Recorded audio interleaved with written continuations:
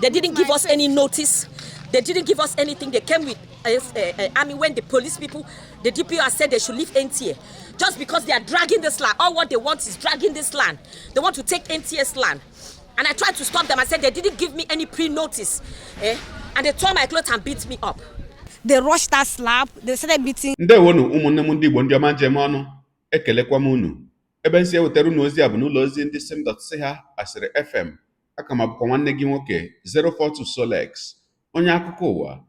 Ihe onyonyo a ị na-ahụ n'iru ebe a bụ ozi nke anyị nwetara site na obodo Ọnịcha nke nọ na steeti Anambra, bụ ihe onyonyo na-egosi ọtụtụ ndị na-arụ ọrụ n'ụlọ ọrụ mgbasa ozi bụ Nigerian Television Authority nke ama dịka NTA nke dị na Ọnịcha, bụ ebe ha na-egosi ọtụtụ ihe akwarịrị akwari nakwa ọtụtụ ndị mmadụ ndị akụrụ ihe ma ndị emerụrụ ahụ, ebe ha si na ndị ọrụ gọọmenti steeti Anambra bịara were ụgbọala eji eme nkụri na nkwari wee bata ebe ahụ wee kụrie ụfọdụ akụkụ ya bụ ụlọ ọrụ mgbasa ozi NTA Ọnịcha.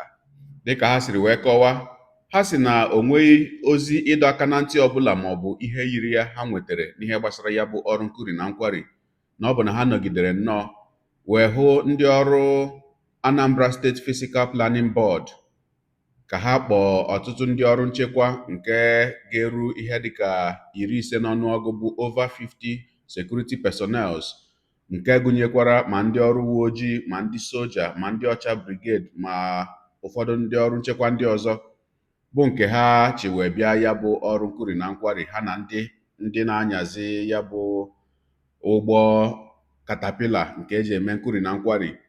Otu nwaanyị n'ime ọtụtụ ndị na-arụ ebe ahụ ndị akụrụ ihe bụ onye nke bụ onye isi ha, onye nke ama dịka maneja ya bụ ụlọ ọrụ NTA, jiri ọnụ ya wee kwuo si na ya pụtara wee jụọ ha mgbe ha malitere ya bụ ọrụ nkụri na nkwari. O wee sị na ya jụrụ ha kedu ndị unu bụ, kedu onye zitere unu, kedụkwanụ o nwere akwụkwọ ikikere ọbụla unu ji wee na-arụ ya bụ ọrụ nkụri na nkwari unu bịara, bụ nke ama dịka court order makwa na akwụkwọ ọbụla mbụ authorization letter ọbụla nke gosiri na lekwa ndị zinyere ha ọrụ a.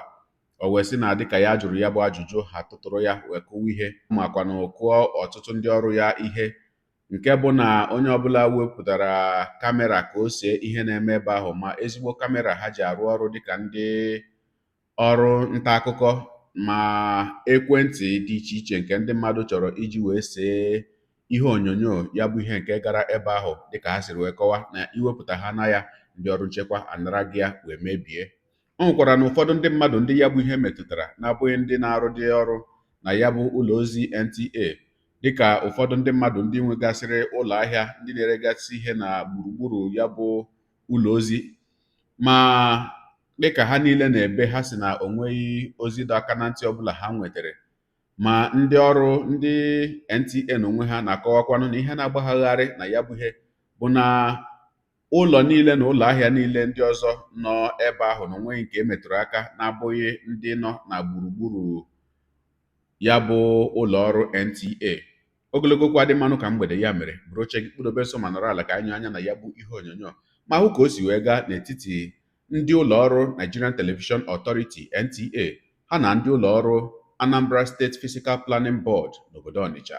Ya mere a sịla na Solex si kama lere onyonyo ya, ma tupu anyị anya na ya bụ ihe onyonyo, nwanne m nwoke nwanne m nwaanyị, biko wetụkwara m obere ndidi nwantịntị oge ka m chetakwara gị maka ọmarịcha akwụkwọ a nke m depụtara, bụ akwụkwọ m nọrọ ala chebe echiche nke ọma ma depụta ya maka ụmụaka anyị iji wee nye aka ịkụziri ụmụaka anyị otu esi agụ asụsụ Igbo. Ya bụ ọmarịcha akwụkwọ nke m kpọrọ Uchenna bụ akwụkwọ na-akọ akụkọ maka otu nwata nwa mgbenyi, onye nke na-enweghị nne ma onweghị nna, mana o mechara si n'ụkọ bilie ebe ọgaranya site n'ige ntị ndụmọdụ ndị okenye. Edekwara m ya bụ akwụkwọ n'asụsụ Igbo ma dekwa ya n'asụsụ Bekee, bụ na peji ọbụla ịsapere na ya ị ga-ahụ ebe edere ya n'asụsụ Igbo ma hụkwa asụsụ Bekee ya, nke bụ na nwa gị gụwa ya n'asụsụ Igbo, onwe ihe ọ na-aghọtaghị ole anya n'ebe ahụ edere ya n'asụsụ Bekee ma ghọta ya. Ụzọ ihe abụọ ya bụ akwụkwọ ga-akụziri ụmụaka gị. Nke mbụ bụ ịmụ otu esi agụ asụsụ Igbo, nke abụọ wee bụrụkwanụ ịma uru ọ bara ige ntị ndụmọdụ ndị okenye. Olekwana ihe ị na-eche tupu ịzụọrọ ụmụ gị ọmarịcha akwụkwọ a? Ọ bụrụ na ị chọrọ ịzụ ya bụ akwụkwọ, ọ dị available on Amazon lee anya na ngalaba okwu ihe onyonyo a aga m etinye Amazon link ebe ị ga-anọ wee zụọ ya bụ akwụkwọ. Ịpụkwa na Amazon ị ga-enweta ya n'ụzọ abụọ. Enwere ya na ebook bụ soft copy nke ọ ga-abụ ịzụọ ọbata n'ekwentị nwa gị ma ọkwa na ekwentị gị ma ọ bụ tablet ahụ iji akụziri nwa gị akwụkwọ. Nwekwana ya na hard copy nke ama dịka paperback nke ọ ga-abụ ịzụọ itinye adreesị ebe ibi ewetara gị ebe ahụ ibi. Ma anyị ka na-agbakwanụ mbọ ka anyị bipụta ya bụ akwụkwọ na Naịjirịa maka ọtụtụ ndị mmadụ ndị bi na Naịjirịa jụọla ese ya bụ akwụkwọ.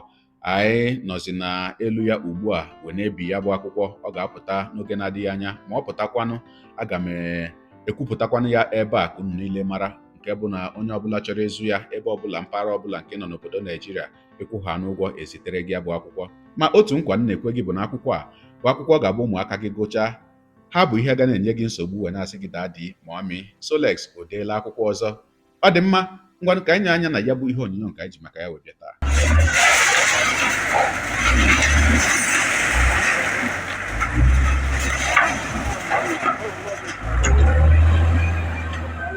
Without prior notice nor any demolition warning, men numbering over 50 invaded the premises of NTA Ọnịcha and demolished parts of the property of the station. They were led by officers of the Anambra State Physical Planning Board, uniformed military men, and a faction of the State Trans-Nkisi Landlords Association, amongst other unidentified persons. The news crew, who made efforts to record the invasion amidst grave intimidation, were beaten up with the cameras damaged, while their phones were made away with.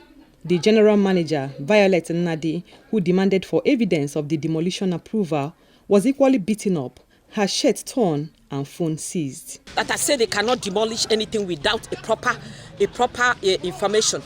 They didn't give us any notice. They didn't give us anything. They came with army when the police people, the DPO said they should leave NTA. Just because they are dragging this land. All what they want is dragging this land. They want to take NTA's land. And I tried to stop them. I said they didn't give me any pre-notice. And they tore my clothes and beat me up. They rushed that slab. They started beating her, hitting her up. Then I was filming with my phone. So with other of their colleagues, they were actually filming. Then when I was now filming them, one man quickly slapped me. I don't know how. One followed from me, slapped me. The other one followed. All of them rushed me. They pushed me down, collected my phone. I told them, I'm a staff from NTA. They say, who authorized me to film them? Why will I start filming them? They go, what is federal government with the government of Soludo? That here is government of Soludo. It's not federal government. What's their business with federal government? And what they have business in Soludo? Did I tell Soludo before filming them? So I told him this is my ID card. It was a BFM, which is sniper. He was like, Then he dragged my ID card. Everything shattered. Then I was like, trying to get my own ID card. And I showed him, this is my ID card. You're dragging it. Was a BFM. So I'm doing my job here for heaven's sake, and I'm doing my digital job here. He was like, he doesn't care. He doesn't care. Then he dragged my shorts. I was trying to put in that. Why are you dragging me? While I was still recording with my phone, then somebody came from behind, snatched my phone from me while I was doing my recording. Somebody came from behind. I think one of that guy on black, the same guy that pushed the boss for NTA, slapped me from behind. For me to turn, my glasses went on the floor, so I had blurry visions. Then before I knew, almost like 4 of those guys wearing, I think, the Ọnịcha brigade, started slapping me from behind. Those whose property were destroyed recounted the ugly experience and bemoaned their losses. Amara mundi bịara na shop anyị bịa yasa see everything dị ebe a. Tie anyị ihe, kwasa see everything dị ebe. Ebe anyị na wado so sef anyị n'ime gota. Na everything property say anyị ni anyị kwatusiri ya, kwatusiri our shop. Thank God that some of my good neighbors has brought out some of my things, but they have destroyed a lot of things in the shop, both the container, the tables, the shelves, everything. They have destroyed it. So I was trying to video my shop the way they were destroying it. They started struggling for my phone. And before I know what is happening, more than 20 of them they started beating me and started fighting with me. At the end of the day, they left with my phone. As you can see my shop. They scatter everything. They did not even allow us to remove anything. Even when I struggle, they beat me up. Look at my leg. These people, they wound me. We wanted to video the thing. They seized the phones. They scatter everything I have. I don't know where to start now. They wondered why other lock-up shops within the estate were spared and only those on NTA's property targeted for destruction. The staff and management of NTA Ọnịcha are calling on the government at all levels and all relevant security agencies to intervene on the issue to ensure their safety as well as the property of the station. In Ọnịcha, Franklin Onyekachi, NTA News. Ọkụikirichala ya bụ ihe onyonyo gị onye ụwa onye na-egere akụkọ ụwa m ịmarala etu anyị si eme ya deere ebumnuche gị otu isi hụ ya bụ ihe nke ikiri ugbu a na ngalaba okwu ka anyị mara uche gị n'ihi na uche onye adịghị ya njọ. Daalụkwa gị na-eso obere anyị esonye, ekelekwa gị wee na-asị gị jide ka iji onye asị ya jide ka o ji ịmara na nke o ji kacha mma. Ekpere m bụ na Chineke nna ga na-anọnyere gị ọpụpụ gị na mbata gị na-etinyere gị aka n'ezi ihe niile nke ị na-eme. Gị ọta bụkwanụ mbụ ị na-ahụ ihe onyonyo anyị, asị gị nnọọ onye gị na ya ka nọkwa bụ 042 Solex, onye akụkọ ụwa nyere akwụkwọ efere mba ụwa. Ya mere ọ bụrụ na ka m mere dị gị mma n'obi nwanne, biko ọ bụ na Facebook na Instagram ka na-akụkọ onyonyo pịara m follow, ọ bụ na YouTube ka ị na-ekiri ya bụ ihe onyonyo pịara m subscribe ya na mgbịrịgba anya n'akụkụ ka ime ike na-enweta ihe onyonyo ndị ọzọ nga na-ewetara gị n'ọdịnihu. Igbo ndị ọma njem ọnụ, Igbo mụrụ nze m ọzọ, ekelekwa m unu wee na-asị na ọ ga na-adịrị unu niile mma o. Ise ngwanụ tụsawara m ihe onyonyo na-atụsara m ya bụ ihe onyonyo na-apịrị maka na share button ya mara gị mma ezigbo mmadụ. Udo dịrị unu. Are you looking for an interesting children's storybook? Uchenna is the perfect read.